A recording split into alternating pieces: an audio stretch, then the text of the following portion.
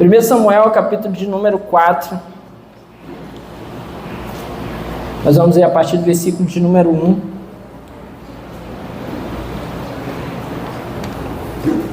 Primeiro Samuel 4, a partir do versículo de número 1. O texto diz assim: E a palavra de Samuel espalhou-se por todo Israel. Nessa época, os israelitas saíram à guerra contra os filisteus. Eles acamparam em Ebenezer e os filisteus em Afeque. Os filisteus dispuseram suas forças em linha para enfrentar Israel. E, intensificando-se o combate, Israel foi derrotado pelos filisteus, que mataram cerca de 4.000 deles no campo de batalha. Quando os soldados voltaram ao acampamento, as autoridades de Israel perguntaram: por que o Senhor deixou que os filisteus nos derrotassem? E acrescentaram: vamos a Siló buscar a arca da aliança do Senhor, para que ele vá conosco e nos salve das mãos de nossos inimigos. Então mandaram trazer de Siló a arca da aliança do Senhor dos Exércitos, que tem o seu trono entre os querubins. E os dois filhos de Eli, Ofni e Finéias, acompanharam a arca da aliança de Deus.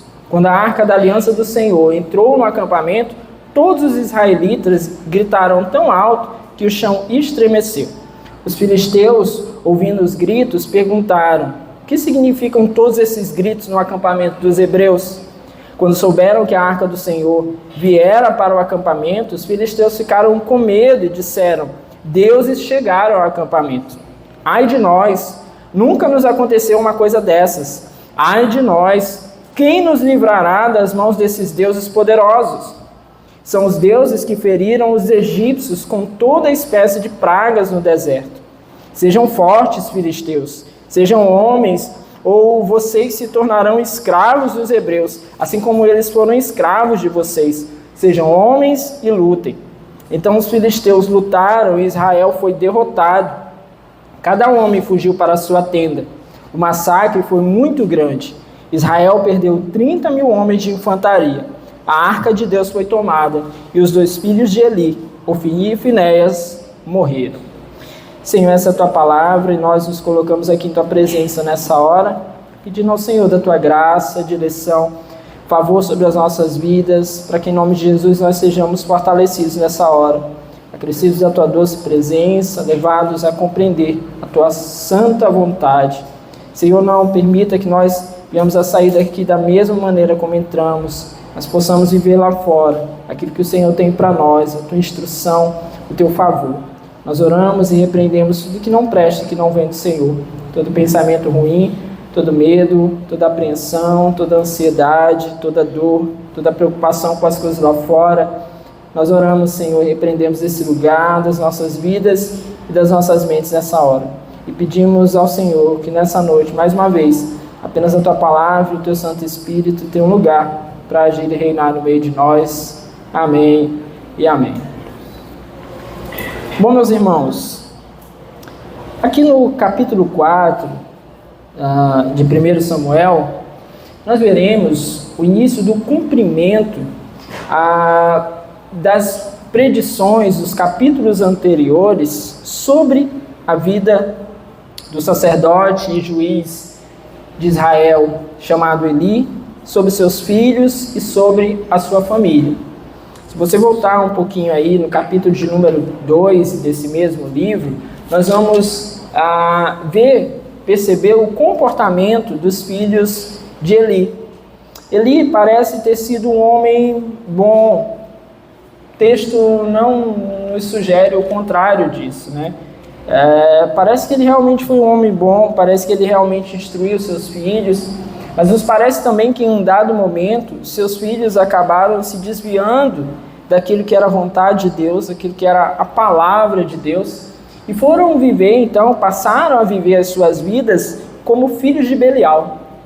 Passaram a viver as suas vidas como filhos do diabo, ainda que permanecessem dentro da casa de Deus, nós podemos dizer assim, dentro do serviço do Senhor. Eles estavam ali, faziam o serviço. Eu sei que muitos de vocês conhecem essa história. Eles faziam o serviço de Deus, mas eles não tratavam Deus como Senhor de fato. como o Senhor de Israel, como o Senhor como nós conhecemos, não. Eles tratavam Deus como se fosse um Deus dos pagãos, um Deus miserável que permitia que eles cometessem erros. Era assim que eles acabavam tratando. Eu quero ler com você no capítulo 2, que o texto diz, no versículo 12, diz que os filhos de Eli eram ímpios, não se importavam com o Senhor, nem cumpriam os deveres de sacerdotes para com o povo, e sempre que alguém oferecia um sacrifício, o auxiliar do sacerdote vinha com um garfo de 3 dentes. E enquanto a carne estava cozinhando, ele enfiava o garfo na panela, ou travessa, ou caldeirão, ou caçarola, e o sacerdote pegava para si tudo que vinha no garfo. Assim faziam com todos os israelitas que iam a Siló. Mas antes mesmo de queimarem a gordura, vinha o auxiliar do sacerdote e dizia ao homem que estava oferecendo o sacrifício: dê um pedaço desta carne para o sacerdote assar. Ele não aceitará de você carne cozida, somente crua. E se o homem lhe dissesse: deixe primeiro a gordura se queimar, e então pegue o que quiser, o auxiliar respondia: não, entregue a carne agora, senão eu a tomarei à força. O pecado desses jovens era muito grande à vista do Senhor, pois eles estavam tratando com desprezo a oferta do Senhor. Isso é o que o texto nos diz aqui a respeito dos filhos de Eli. A forma como eles estavam ali agindo dentro do templo, eles auxiliavam então o seu pai no serviço, e aqui cito uma das coisas que eles faziam. Quando as pessoas vinham trazer as chamadas ofertas queimadas ao Senhor, quando é colocada ali a carne, até uma cena parece cômica, né? Quando eles colocavam a carne ali, eles tiravam a carne antes, pelo simples fato que se deixasse ali a carne cozinhar, né, se perderia, se não comesse todo aquele alimento. Então eles tiravam ali, tentavam tirar antes a carne crua, e colocavam aquilo ali como se fosse algo agradável a Deus, porque vindo da parte do sacerdote, se entendia que era agradável a Deus. Então era um argumento que eles acabavam ali utilizando, né? Que uma parte daquela carne era para o sacerdote assar. E se alguém se recusasse, eles ameaçavam de tomar à força. Então aquilo acabou meio que se institucionalizando no meio do povo. Aqueles que não aceitavam passaram a permitir, muitas vezes por receio de que algo pudesse lhes acontecer, porque os próprios filhos do sacerdote, né, os auxiliares do sumo sacerdote, estavam ali coordenando aquele trabalho. Mas o texto nos diz, no versículo 17, que era um pecado muito grande e que estava sendo visto por Deus. É o que o texto aqui nos apresenta. O problema de Eli não é que ele não tivesse dado uma instrução inicial aos seus filhos, mas o problema de Eli é que quando nós vemos alguma repreensão por parte dele aos seus filhos, é uma repreensão muito branda, que não era o bastante. A gente pode ler ainda nesse mesmo capítulo, no versículo de número 23, o texto nos diz, por isso lhes perguntou: por que vocês fazem estas coisas? De todo o povo ouço a respeito do mal que vocês fazem. Isso é Eli falando aos seus filhos. Tudo estava sendo conhecido já pelo povo e chegava aos ouvidos do pai. Então o pai tinha consciência disso. No versículo 24 ele diz: não, meus filhos, não é bom que escuto se espalhando entre o povo do Senhor. Se um homem pecar contra outro homem, os juízes poderão intervir em seu favor. Mas se pecar contra o Senhor, quem intercederá por ele? Seus filhos, contudo, não deram atenção à repreensão de seu pai, pois o Senhor queria matá-los. Então, a repreensão de Eli é uma repreensão muito branda. Não aponta para eles a consequência e, principalmente, não traz acompanhada uma disciplina. Ainda que fossem jovens, eles estavam ali ainda debaixo do cuidado de seu pai. Então ele poderia, inclusive como sacerdote, como sumo sacerdote, ele poderia aplicar punição a eles. Poderia, por exemplo, afastá-los do serviço. Deveria fazer isso. Mas ele acabou que não cumpriu o seu papel. Não fez aquilo que seria agradável a Deus. Deus esperava certamente que esse homem, dentro da sua posição, pudesse fazer algo mais efetivo ali contra o pecado dos seus filhos. Mas parece que ele está ali ou sendo brando, porque ele não consegue ser um homem de pulso firme, e ali ele pecaria de qualquer forma, por conta do papel do homem, o papel do pai exige dele firmeza, exige dele direção, que não quer dizer agressão, mas exige dele direção. Então ele pecaria se fosse apenas a brandura demais, mas ele pecaria também se fosse até medo dos seus filhos, que é a outra possibilidade aqui no texto. Talvez ele, vendo seus filhos pecarem e a grandeza do pecado dos seus filhos, talvez ele tivesse até receio de repreendê-los. Também seria um outro problema. Um pai que não tem coragem de repreender os seus filhos quando cometem, então, qualquer tipo de erro. Então, Eli foi tolerante demais em relação aos pecados dos seus filhos. E quando ele foi tolerante demais em relação ao pecado dos seus filhos, ele acabou fortalecendo aquele coração obstinado deles. Quando nós somos tolerantes com o pecado, meus irmãos, a começar do nosso próprio pecado, nós fortalecemos as ações que advêm do pecado. Quando nós não agimos de uma maneira clara, efetiva, dura contra o pecado, nós o fortalecemos. Não é à toa que o Senhor Jesus instruiu que se o nosso olho nos fizer pecar, ele diz, é melhor arrancá-lo e lançá-lo fora. Se a nossa mão nos fizer pecar, é melhor arrancá-la e lançar fora. Então, perceba que o próprio Senhor Jesus, nos seus ensinos, foi muito claro sobre a dureza que nós precisamos ter em relação ao pecado. E Eli não teve essa dureza em relação ao pecado dos seus filhos. Eli, então, recebeu da parte do Senhor um veredito sobre a sua atuação, como consequência por conta daquilo que ele estava fazendo, ou como consequência também por parte daquilo que ele não estava fazendo. Ele recebeu uma repreensão da parte de Deus e um decreto sobre as consequências do seu pecado e do pecado dos seus filhos. Está aí ainda no capítulo de número 2, nós lemos a partir do versículo de número 27. O texto diz, e veio um homem de Deus a Eli, e lhe disse, assim diz o Senhor, acaso não me revelei claramente à família de seu pai, quando eles estavam no Egito, sob o domínio do faraó? Escolhi seu pai dentre todas as tribos de Israel para ser o meu sacerdote. Subir ao meu altar, queimar incenso e usar um colete sacerdotal na minha presença. Isso aqui é Deus falando a Eli, porque ele veio de uma família sacerdotal. Também dei à família de seu pai todas as ofertas preparadas no fogo pelos israelitas.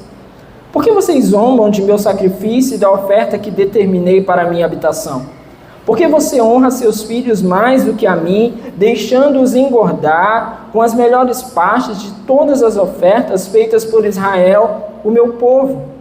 Portanto, o Senhor, o Deus de Israel, declara, prometi à sua família e à linhagem de seu pai que ministrariam diante de mim para sempre. Mas agora o Senhor declara, longe de mim tal coisa, honrarei aqueles que me honram, mas aqueles que me desprezam serão tratados com desprezo. É chegada a hora em que eliminarei a sua força e a força da família de seu pai, e não haverá mais nenhum idoso na sua família, e você verá aflição na minha habitação. Embora Israel prospere, na sua família ninguém alcançará a idade avançada, e todo descendente seu, que eu não eliminar de meu altar, será poupado apenas para lhe consumir os olhos com lágrimas e para lhe entristecer o coração, e todos os seus descendentes morrerão no vigor da vida. Versículo 34 diz, e o que acontecer a seus dois filhos, Ofni e Finéias, será um sinal para você, os dois morrerão no mesmo dia. Então Deus lança sobre a vida de Eli, sobre a sua família, um decreto em decorrência do seu pecado.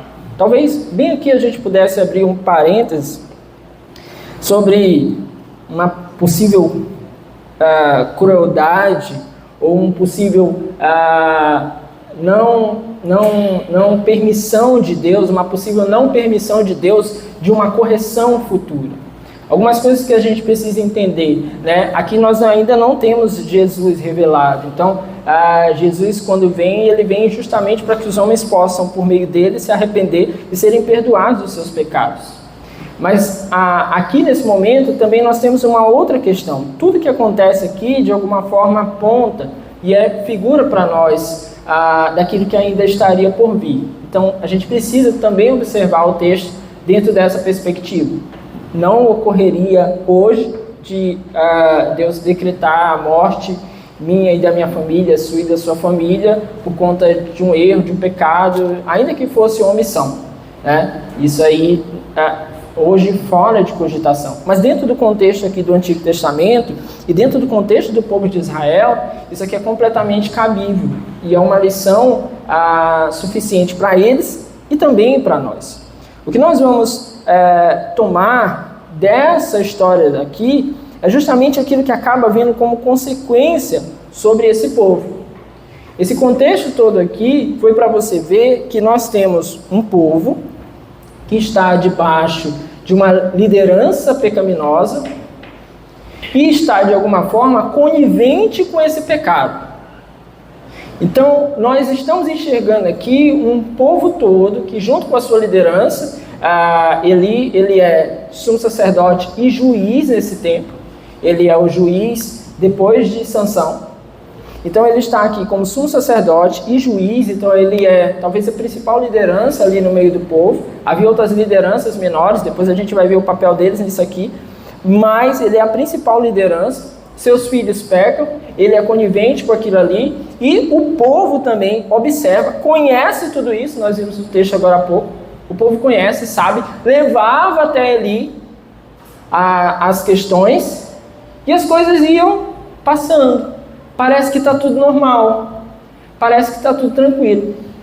No capítulo 3, a gente tem aquele capítulo do chamado de Samuel, né? Samuel, muito conhecido também por muitos de nós. E aí, quando a gente entra no capítulo de número 4, que foi o texto que nós lemos de início, o texto começa aqui dizendo: e a palavra de Samuel espalhou-se por todo o Israel. A primeira questão aqui, parece que esse versículo agora no capítulo 4, ele está um pouco destoante do restante do capítulo. A palavra dele se espalhou e depois vai falar sobre Israel entrando na guerra. Quando a gente lê no primeiro momento, parece assim que está destoando do capítulo. É como se tivesse necessariamente que esse versículo está preso ao capítulo anterior, né, na divisão da nossa Bíblia. Mas, de fato, ele não destoa aqui. É muito provável que aquilo que o Senhor havia alertado Samuel sobre a família de Eli, e aqui já se passam alguns anos, provavelmente, que Samuel é colocado também numa posição de profeta, é o que o texto do capítulo 3 diz para a gente, né, que o próprio povo começou a reconhecer Samuel como profeta. Então, é provável que agora o seu ministério comece a se desenvolver, ele ainda é muito novo, é provável que o povo ainda não o reconheça tanto, mas aquilo que ele recebeu da parte de Deus sobre Eli, né, porque Deus revela isso também a Samuel, que iria dar fim, vamos dizer assim, na família de Eli. Aquilo que ele recebeu começou a se espalhar. Então o texto nos diz: e a palavra de Samuel espalhou-se por todo Israel. E por que isso aqui é fundamental para o desenrolar do próximo capítulo? Desse capítulo, aliás. Por que isso aqui é fundamental? Porque, meus irmãos, a consciência a respeito do pecado precisa nos levar ao arrependimento. Então, o que nós vamos ver já, um povo de Israel perdendo uma batalha para um povo que não é povo de Deus, a gente encontra clareza. Por que Deus faria isso? Por que Deus permitiria isso? É muito claro aqui. É um povo que peca, sabe do seu pecado e não se arrepende. Nós não podemos, meus irmãos, diante do pecado, e especialmente diante do nosso pecado, dar nem mais um passo achando que as coisas darão certo. Muitas vezes a gente está ali pecando e diz assim, não, mas eu estou caminhando aqui, está dando certo. Ah, mas você está pecando. Não, mas olha como está dando certo, minha vida está prosperando. Ah, eu estou, sei lá, botar lá para trabalhar no governo do estado. Eu estou desviando dinheiro ali. Mas está dando certo, ó. Está vendo como eu estou prosperando? Eu vou continuar. É Deus que está abençoando. Ah, eu estou num relacionamento impuro, contrário à vontade de Deus. Mas está dando certo, a gente está cheio de amor, né? Só love. Então, Deus está abençoando. Então, eu vou continuar aqui. Aí a gente vai continuando, achando que as coisas estão dando certo. Mas o pecado está lá. Diante do pecado, a gente não pode dar mais nenhum passo à frente, sem que haja arrependimento. Diante do pecado, a nossa primeira atitude deve ser se arrepender. Esse era o chamamento de Jesus, para que as pessoas se arrependessem dos seus pecados. Então, todo esse contexto aqui é para você já entrar na história sabendo que nós estamos diante de um povo que não quer abrir mão dos seus pecados. E não querendo abrir mão dos seus pecados, o versículo 2 agora nos diz que nessa época os israelitas saíram à guerra contra os filisteus. O que eu acabei de falar, diante do pecado a gente não deve dar mais nenhum passo à frente. O que o povo de Israel faz? Vou me meter numa guerra. Ó, vai dar certo. Vai dar certo. Vocês estão no pecado e vocês querem ir para uma guerra. Qual o contexto aqui dessa guerra? Depois de Sansão, historicamente, é possível que tenha havido um crescimento, um levante dos filisteus. E eles estão ali no embate frequente com o povo de Israel. Só que aqui parece, o texto nos dá uma ideia, que parece que os israelitas querem sair e talvez até resolver as coisas de uma vez. Vamos à guerra. Nós somos o povo de Deus. Então vamos lá, vamos tentar resolver essas questões. Só que o que acontece é justamente o contrário. O povo de Israel foi ferido pelos filisteus e perderam aquela batalha. O texto diz que eles acamparam em Ebenezer e os filisteus em Afec. Os filisteus dispuseram suas forças em linha para enfrentar Israel e, intensificando-se o combate, Israel foi derrotado pelos filisteus, que mataram cerca de 4.000 deles no campo de batalha. O que Deus está mostrando aqui ao povo de Israel é: voltem e se arrependam. Voltem, orem a Deus, orem a mim. Jejuem. Era prática constante. A gente vê vários momentos no Antigo Testamento, o povo buscando a Deus. Jejuem, orem, lamentem e se arrependam. Encontrem o problema e se arrependam. Mas o que a gente vê na prática não é isso. Eles vão para uma batalha e eles querem vencer. E aí, indo para essa batalha, eles são derrotados. Uma força de guerra possivelmente maior. Eles são o povo de Deus, mas o pecado que eles têm é maior do que a força de guerra que eles têm, do que os homens que eles têm. E o texto então nos diz que 4.000 homens foram mortos no campo de batalha. Em vez de jejuar, orar, buscar a Deus, buscar conserto, buscar conselho da parte de Deus, o que eles fizeram? Eles convocaram um conselho de guerra. Eles convocaram uma liderança para tratar e para refletir sobre aquilo ali, mas olha o pensamento que eles foram levados a ter. Versículo 3. Quando os soldados voltaram ao acampamento, as autoridades de Israel perguntaram: por que o Senhor deixou que os filisteus nos derrotassem? E acrescentaram: vamos a Siló buscar a arca da aliança do Senhor, para que ele vá conosco e nos salve das mãos de nossos inimigos. Ora, Israel havia pecado, porém não estão dispostos a reconhecer. Eles estão desgostosos com Deus ao ponto de se atrever a discutir com Deus, discutir com o Senhor, porque o Senhor deixou que os filisteus nos derrotassem. Olha a petulância do povo, olha a petulância das lideranças. Eles não olham para si, eles olham para Deus. Parece que Deus é o culpado. Algumas versões têm, porque nos feriu o Senhor. Eles acusaram Deus diretamente da sua derrota. Eles acusaram Deus do fato de que haviam 4.000 homens do seu povo ali, dos seus combatentes mortos. Mas eles saíram à guerra e não estão dispostos a reconhecer os seus pecados. Preste atenção, meus irmãos.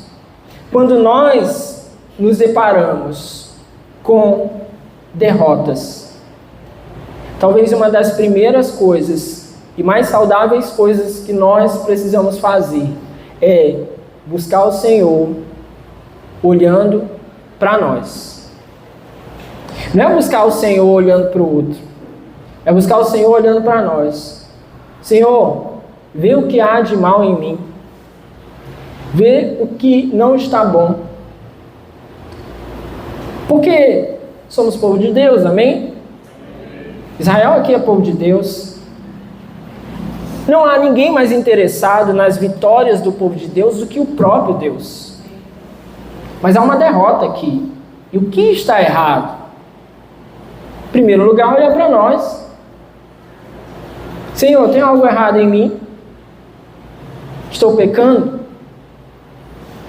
Tem algo que eu tenho feito? Tem algo que eu tenho negligenciado? Tem algo que eu tenho feito de errado? Será que a minha motivação é correta? Às vezes o inimigo é correto. Tem um inimigo aqui. De fato, esse inimigo ele não agrada a Deus. Os filisteus, assim como outros povos naquele tempo, eles nos trazem, nos remetem à ideia dos inimigos de Deus, não só do seu povo. Agora, às vezes o inimigo é um inimigo de fato, mas as minhas motivações não são corretas. O meu coração é carregado de desejos impuros. Às vezes não é a hora. Às vezes não é a hora da batalha. Deus quer vencer, mas às vezes nós queremos vencer na força do nosso braço.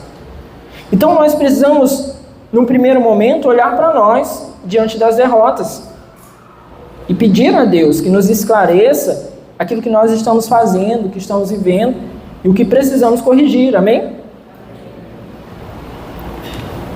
Eles achavam que podiam forçar Deus a ir com eles. E foi a decisão aqui do conselho deles. As autoridades de Israel: vamos a Siló buscar a arca da aliança do Senhor, para que ele vá conosco e nos salve das mãos dos nossos inimigos. Ora, os seus líderes, os seus anciãos, eles eram ignorantes e insensatos. Eles não conseguiram entender o que estava acontecendo, o contexto. Eles não conseguiram olhar para o seu pecado e o pior, eles conduziram o povo ao erro. É possível, meus irmãos, que líderes insensatos conduzam o povo ao erro. Mas um povo só será conduzido à insensatez por um líder insensato, se tão insensato for o povo também.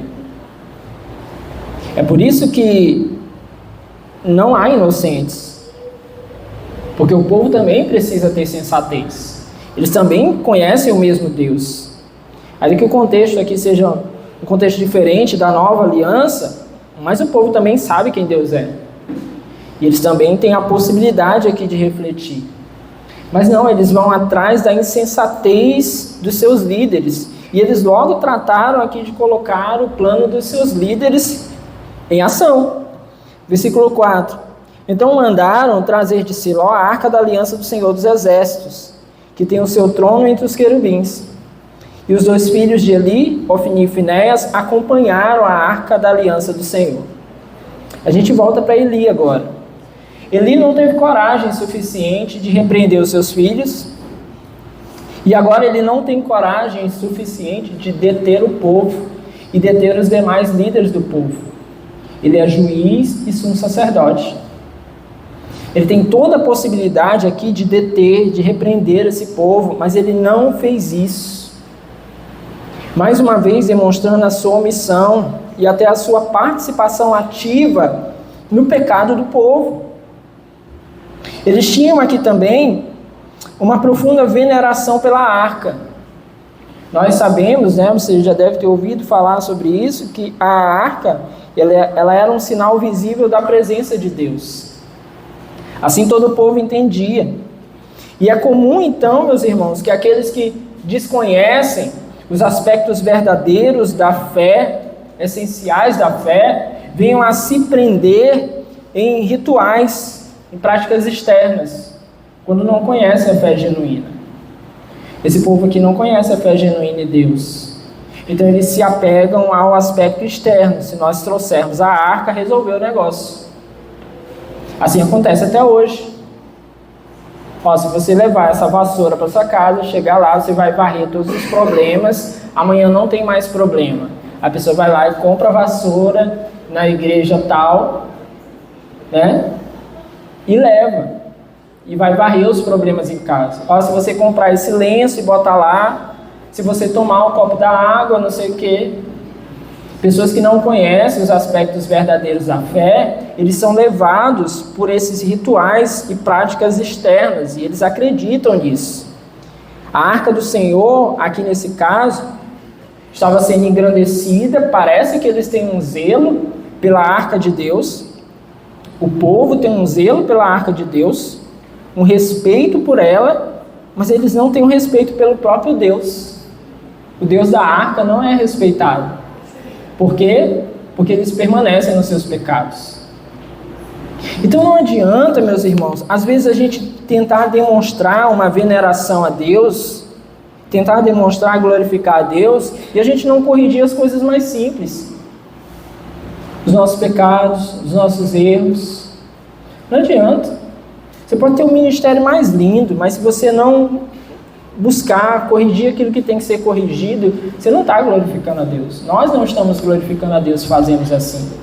Então é preciso repensar isso. E esse povo aqui não estava repensando. Eles estavam fazendo da arca um ídolo.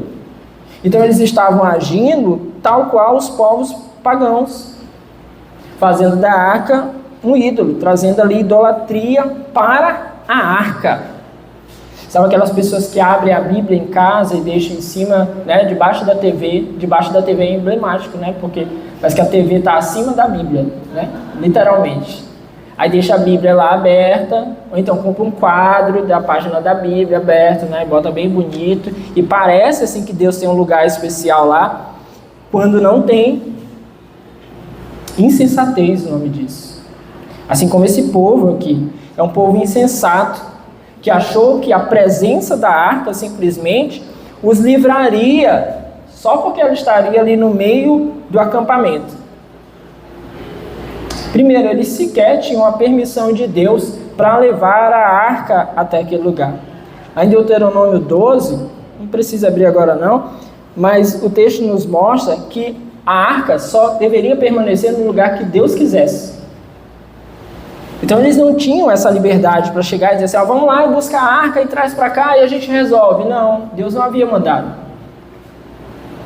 Então eles agem com insensatez, como se eles pudessem dominar ali o que Deus estava fazendo.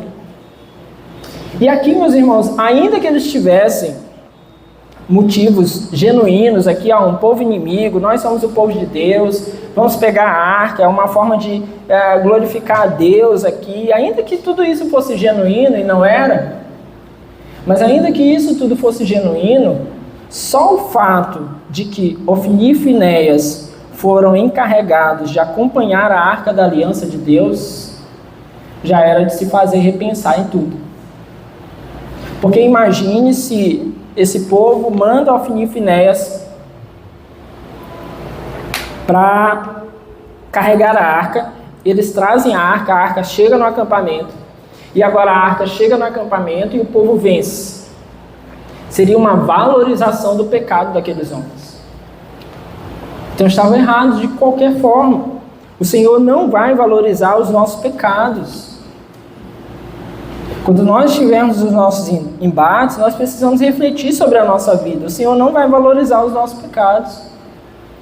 Ele não vai nos dar o gostinho de achar que estamos pecando e está tudo bem. A gente pode até achar, por engano. Não porque foi algo de Deus. Porque Deus não fará isso. O inimigo age com engano. Deus não age com engano. Então a gente precisa pensar sobre isso. O versículo 5 nos mostra que eles se pegaram cheios de alegria quando a arca chegou. Olha engraçado aí. Quando a arca da aliança do Senhor entrou no acampamento, todos os israelitas gritaram tão alto que o chão estremeceu. Os filisteus, ouvindo os gritos, perguntaram: o que significa todos esses gritos no acampamento dos hebreus? Foram gritos tão altos que chegaram aos ouvidos dos filisteus, que ficaram amedrontados. Eles ficaram assustados. Sabe o que é isso, gente? São pessoas carnais. Pessoas carnais triunfam com esses privilégios externos.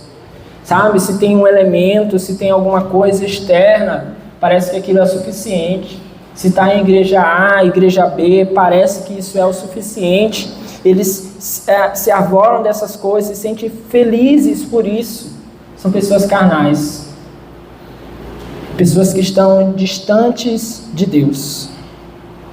No versículo 6 em diante, nós entramos aí no versículo 6, mas podemos voltar. Nós vamos ver que justamente os filisteus ficaram consternados com tudo aquilo ali.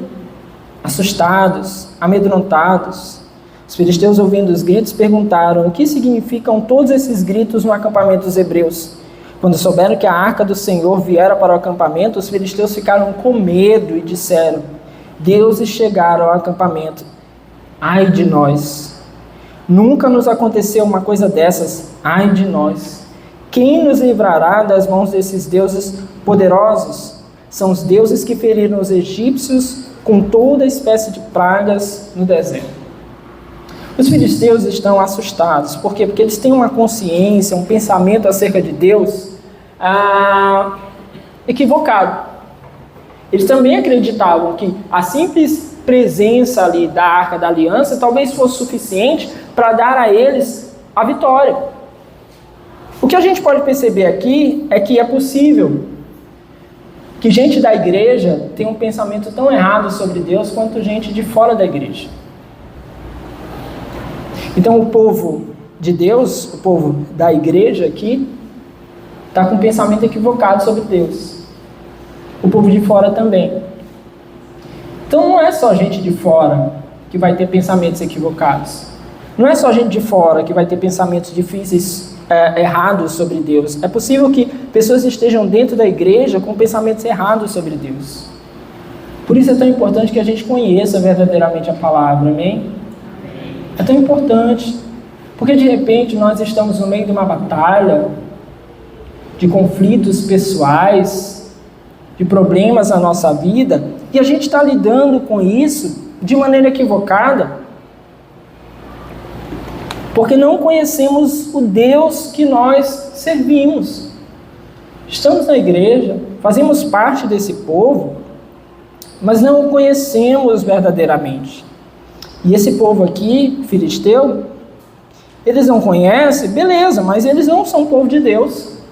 Mas e nós, povo de Deus, que não conhecemos as verdades do Senhor? Nós precisamos conhecer. Eles, de alguma forma, tomaram naquilo ali alguma força. Sejam fortes, filisteus, sejam homens, ou vocês se tornarão escravos dos hebreus, assim como eles foram escravos de vocês. Sejam homens e lutem. Eles procuraram força no seu próprio braço, nas suas próprias questões. Nós, povo de Deus, nós não podemos tomar força do nosso próprio braço, nas nossas próprias questões. Não podemos. Os outros podem fazer assim, tentarão. Nós não, nós somos povo de Deus, amém? A nossa força, ela vem do Senhor. O erro de Israel é que eles não estavam buscando de fato o Senhor. Eles estavam tentando fazer tudo na força do seu braço. Até buscar a arca aqui nesse caso, é tentar fazer as coisas na força do seu braço. Nos versículos 10 e 11 nós vamos ver a derrota do povo de Israel. Então os filisteus lutaram, Israel foi derrotado. Cada homem fugiu para a sua tenda. O massacre foi muito grande. Israel perdeu 30.000 homens de infantaria. Eles voltam agora, olha que interessante, eles voltam agora não mais para o arraial, para onde o grupo se encontrava. Eles voltam cada um para a sua tenda. Os que escaparam, os que sobreviveram, eles voltam aqui cada um para a sua tenda. Ou seja, eles estão completamente amedrontados, desnorteados e sem perspectiva. Por isso eles estão buscando aqui cada um agora a sua própria segurança. Porque nem confiança em Deus eles colocam mais. Nós corremos o risco, meus irmãos, de no meio de uma batalha em que nós tentamos resolver as coisas na força do nosso braço, nós corremos o risco de nos pegar sem esperança em Deus. Simplesmente porque a nossa mente ela não estava apontada para Deus. O nosso coração não estava apontado para Deus. Então a gente perde a confiança, porque na hora que a gente perde a batalha, a gente não tem Deus, de fato, na nossa vida, no nosso coração, como norte para nós. Foram 30.000 homens que morreram. No primeiro momento parece que foi só um aviso, morreram 4. Agora eles persistem nos pecados. Foram 30. 30.000 homens foram mortos no campo de batalha. Os israelitas aqui saem então derrotados. Eles tinham a melhor causa, eles eram o povo de Deus, eles estão lutando contra o inimigo, incircuncisos, filisteus, mas saem derrotados. E aqui nós encerramos esse texto com algumas lições. Primeiro, que uma causa nobre, por mais que nós estejamos do lado certo, essa causa ela pode ser colocada à ruína se ela for colocada nas mãos de homens maus. Estamos lutando pela família. Aí você vai ver lá o pastor adúltero. Como prospera? A gente luta pelo bem. Mas vai ver lá, o coração é perverso, cheio de pecado. Nós somos a igreja, somos o povo de Deus. Mas vai ver lá, as nossas práticas durante a semana são completamente distantes de Deus. Então, nós podemos ter a melhor causa. Mas se somos homens maus, a vitória não virá. Se vivemos distantes de Deus, da vontade de Deus, não veremos a vitória. Não há intenção de Deus de, simplesmente nos dar uma vitória em uma causa. Entende isso aqui? Nós lutamos pela causa da família. Ok. Mas o que vai adiantar ganhar a causa, de repente, por uma vitória legislativa? Deputados aí estavam votando contra o casamento homoafetivo. Parece nobre, né? Mas vamos dizer que eles ganhem. Não se casa mais homossexuais no Brasil. Decretado isso. Ok. É só o homossexual que não vai para o céu? É só esse que não será salvo? Ou heterossexuais, casados, mas adúlteros, vão para o inferno também? Eles vão para o inferno também. Não queremos que homossexuais adotem crianças. Ok, faz um tanto de sentido, se a gente pensar na criação, tudo. Mas por que os evangélicos não adotam as crianças que estão aí para ser adotadas? Porque a gente não faz a nossa parte. Porque a gente não se preocupa com a causa dos órfãos, como a palavra nos orienta. Será que só tem um tipo de pecado? Só tem alguns tipos de pecado? Então não adianta a gente lutar e ganhar causas Quando, meus irmãos, os nossos corações estão corrompidos. Esse povo aqui tinha uma causa, mas a corrupção fazia parte deles, o pecado fazia parte deles. Então a gente precisa refletir um pouco mais. Às vezes a gente se empolga, a gente dá gritos de vitória quando essas coisas saem na mídia. Porque incautos, pessoas sem conhecimento e sem entendimento, parem, reflitam.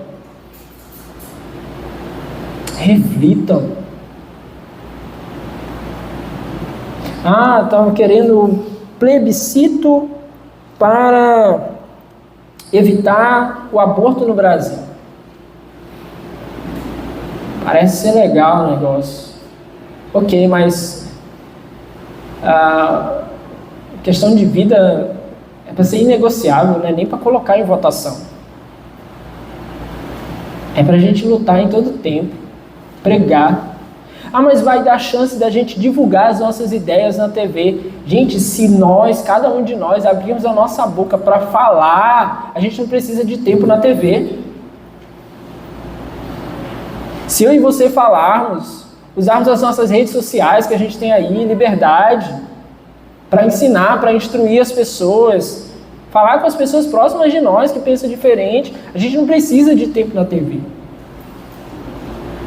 Tempo na TV atende a partido político, atende a gente que quer se mostrar lá como defensor de uma causa, muitas vezes só para angariar votos mesmo.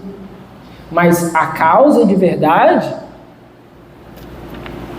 tem gente que vai defender a causa e por trás vai cometer o aborto. Você entende isso? Nós não podemos ser assim. O povo de Israel foi derrotado embora estivessem mais confiantes. O texto aqui nos falou que quando a Arca da Aliança chegou, eles gritaram, o chão estremeceu. Eles estão aqui tomados de confiança, tomados de coragem. Quem ficou com medo? Os filisteus. Quem perdeu a batalha?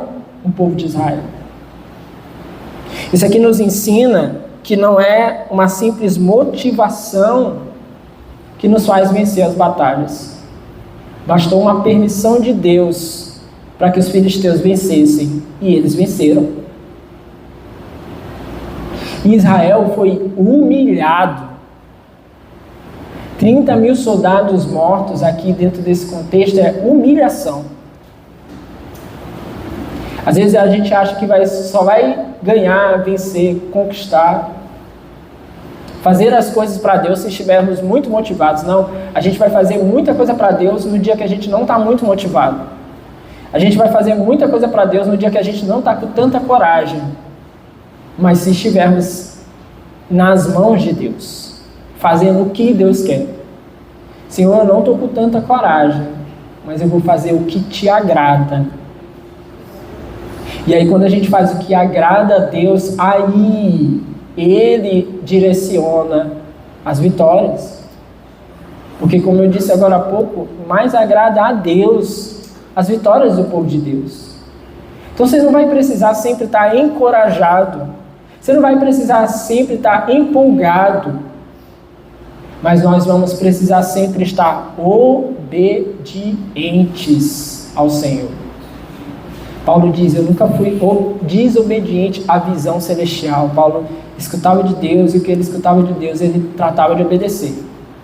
Quer houvesse coragem ou não, quer houvesse dor ou não, quer houvesse sofrimento ou não, ele fazia. Então não fique esperando o dia dar muita coragem, dar muita empolgação e dar muita alegria para você fazer as coisas para Deus, achando que só vai ganhar se assim for. Eles foram derrotados apesar de terem a arca de Deus consigo. Estava lá, a arca da aliança do Senhor. E isso aqui nos ensina que esses privilégios externos, elementos, coisas, não protegerão aqueles que abusam deles. Não adianta eu ter a Bíblia e não viver, não obedecer. Não adianta eu conhecer a palavra e não colocar em prática. É o que as crianças estavam aprendendo aqui ontem. Todos nós que estávamos aqui ontem aprendemos. Precisamos conhecê-la e colocá-la em prática, senão seremos tomados como homens insensatos. É Israel aqui. Um povo insensato. Foi para uma batalha tomado de pecado e sem o mínimo de vontade de se arrepender dos seus pecados. O nome disso é insensatez. É a gente indo para as batalhas dia após dia sem reconhecer os nossos pecados. Aqui a Arca da Aliança, ela foi tomada pelos filisteus e os filhos de Eli foram mortos. A Arca de Deus foi tomada, versículo 11, e os 2 filhos de Eli, Ofni e Finéias, morreram. Provavelmente, meus irmãos, como eles foram orientados para estar ali acompanhando a arca, talvez estivessem muito próximos a ela quando os filisteus chegaram e por isso foram mortos. Isso aqui nos fala sobre motivações erradas.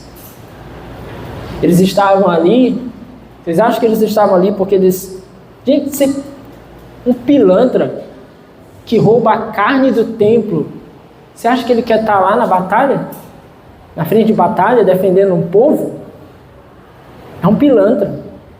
Era o que eram os filhos de Eli. Você acha que ele quer estar lá na batalha lá? Não. Por que eles estavam lá? Porque daquilo ali dependia os ganhos deles, ilícitos. Se Deus, de alguma forma, fosse envergonhado, quem é que vai ficar indo ali ao templo fazer sacrifício a Deus? A intenção aqui é ganho. Nos dias de hoje seria o ganho financeiro. Eles querem que as coisas estejam acontecendo, que a liturgia aconteça, porque eles têm interesse na liturgia. Está cheio de gente aí que não tem interesse na igreja, que não olha para o povo de Deus. Já comentei, né? Ouvi uma vez da boca de uma pastora, dizendo assim, quero logo que a igreja tenha muita gente para eu ganhar 10 mil por mês e não ter que trabalhar mais. Ela não consegue enxergar nem a obra de Deus como trabalho.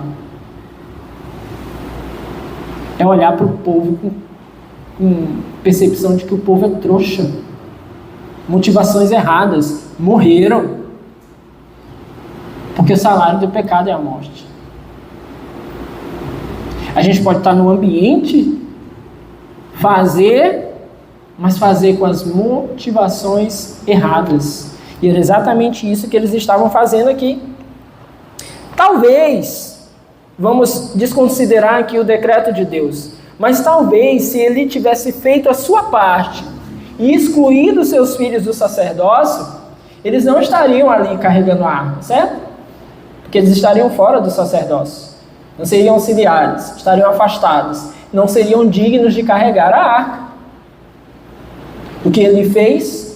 Coloca os seus filhos, esquece de repreendê-los e de discipliná-los, tirando eles do sacerdócio. O que acontece? Eles morrem. Isso aqui fala para a gente sobre insistir nas coisas erradas, achando que uma hora vai dar certo. Deus não escreve certo por linhas tortas, meus irmãos. Jamais. Não fique insistindo no errado, achando assim que lá no final vai dar certo. Não vai dar. Deus não compactua com o pecado. Então que possamos corrigir o quanto antes. O quanto antes, porque ele não fez o que devia ser feito. Talvez os seus filhos fossem zombados por terem sido afastados. Mas talvez no fim das contas, seus corações fossem salvos. Eu prefiro um filho meu afastado, sentado no banco e o seu coração sendo tratado, do que ministrando qualquer coisa com seu coração distante de Deus e ele condenado à morte e ao inferno. Lembre-se disso. Na sua vida, no seu casamento, com seus filhos, com seus pais, nas suas relações. É melhor. Qualquer espécie de zombaria desse mundo aqui, se os nossos corações estão em Deus. Estava conversando com Deus outro dia, né? A gente falando, acho que eu vi um vídeo na internet, alguma coisa assim.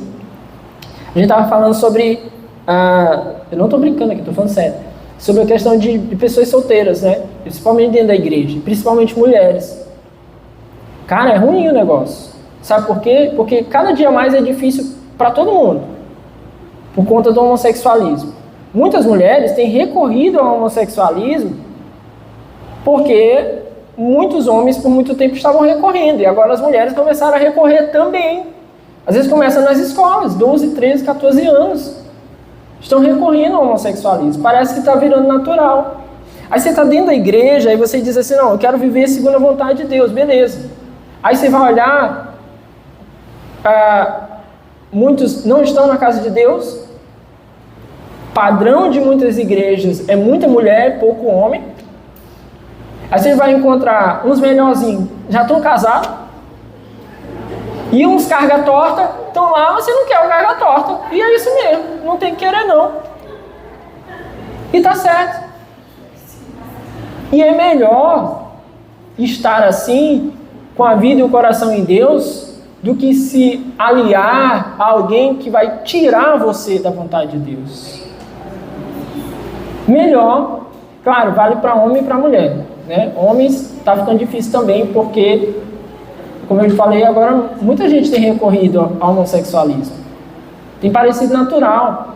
Mas sério, eu não estou brincando. É melhor se manter assim, com o coração e a vida no Senhor. Vale para muitas outras coisas isso aqui. É melhor se manter desempregado do que no emprego ilícito. E confiar em Deus. Sabe, vale para muitas outras coisas. Muitas outras coisas. E aqui não. Parece que ele prefere manter o status dos filhos e da família do que tirá-los. E a consequência? Eles morrem. Não apenas eles, mas depois pode ler o restante do texto em casa. Eli morre também. É uma tragédia. A família é uma tragédia. Por fim, a tomada da arca. A tomada da arca ela é juízo de Deus sobre Israel. Um sinal do seu desagrado com aquele povo. Deus, meus irmãos, Ele muitas vezes nos mostrará que não tem se agradado do que nós temos feito. E a grande questão é, o que eu farei quando Deus me disser que não se agrada do que eu tenho feito? Eu vou insistir ou eu ouvirei a Deus? Eu vou insistir no meu erro, nos meus prazeres, nas minhas vontades, nas minhas decisões, ou eu ouvirei a Deus e obedecerei ao Senhor, ainda que aquilo me pese um tanto de humilhação, ainda que aquilo me pese a necessidade de arrepender-me dos meus pecados, confessar. Às vezes o que Deus vai nos mostrar vai exigir que a gente peça perdão a alguém, vá lá naquela pessoa, fale diretamente com ela, para nós ter um peso de humilhação, mas é preferível você fazer isso, nós fazermos isso, do que insistir no pecado. A grande questão é, Deus nos mostrará, Ele é bom, misericordioso e abrirá os nossos olhos. Você tem errado, nós temos errado, Ele vai nos dizer. E a grande questão é, o que nós faremos quando Deus nos disser que nós estamos errados? Essa é a pergunta para nós. Que o Senhor nos conceda graça e que nós possamos responder a Ele de acordo com a graça que Ele nos dá. Amém? Fique de pé no seu lugar em nome de Jesus.